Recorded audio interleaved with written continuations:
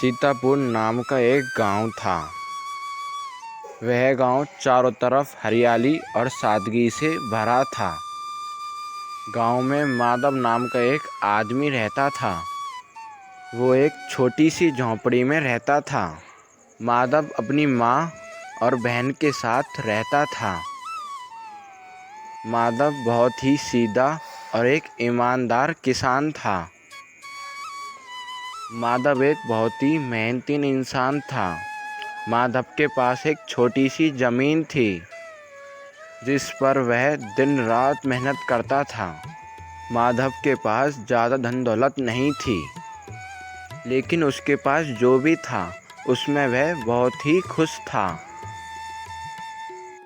माधव कहता है, अरे सुनीता जल्दी से खाना बनाओ, मुझे देर हो रही है।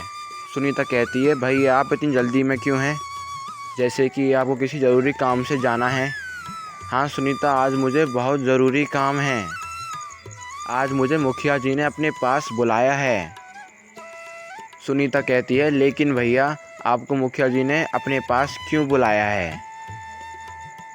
माधव कहता है, पता नहीं सुनीता, अब तो वहाँ जाकर ही पता चलेगा कि उनको मुझसे क्या काम है। माधव अपनी माँ से कहता है, माँ मैं अब चलता हूँ। माधव की माँ बोलती है, बेटा माधव, मुखिया जी के यहाँ से जल्द ही लौट आना। माधव कहता है, माँ तुम ऐसा क्यों बोल रही हो, कुछ बात है क्या? माधव की माँ बोलती है, बेटा गांव के रास्ते ठीक नहीं हैं और मैं नहीं चाहती कि तू देर रात तक घर से बाहर रहे। माधव कहता है, अच्छा ठीक है माँ, मैं जल्द ही घर वापस लौट आऊँगा।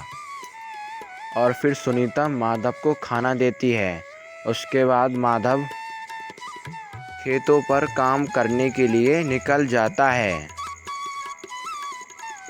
माधव को फिर अपने खेत में काम करते करते शाम हो जाती है, लेकिन माधव काम करता रहता है। फिर माधव अपना काम ख़त्म करने के बाद मुखिया जी के यहाँ जाने लगता है। फिर मुखिया जी माधव से कहते हैं,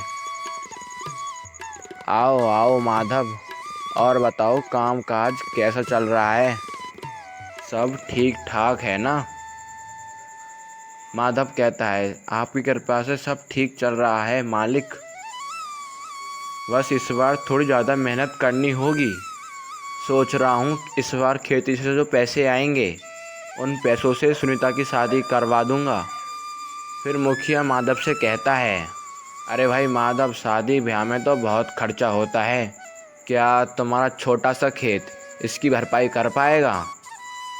माधव कहता है, हाँ मालिक मैं जानता हूँ, लेकिन मैं क्या कर सकता हूँ, मुझसे जो हो पाएगा मैं तो वो कर ही रहा हूँ। मुखिया माधव से कहता है, हाँ माधव ये बात तो है, सच में तुम बहुत मेहनत करते हो। अरे हाँ, मैं तुम्हें जिस काम से बुलाया था वो तो मैं भूल ही गया।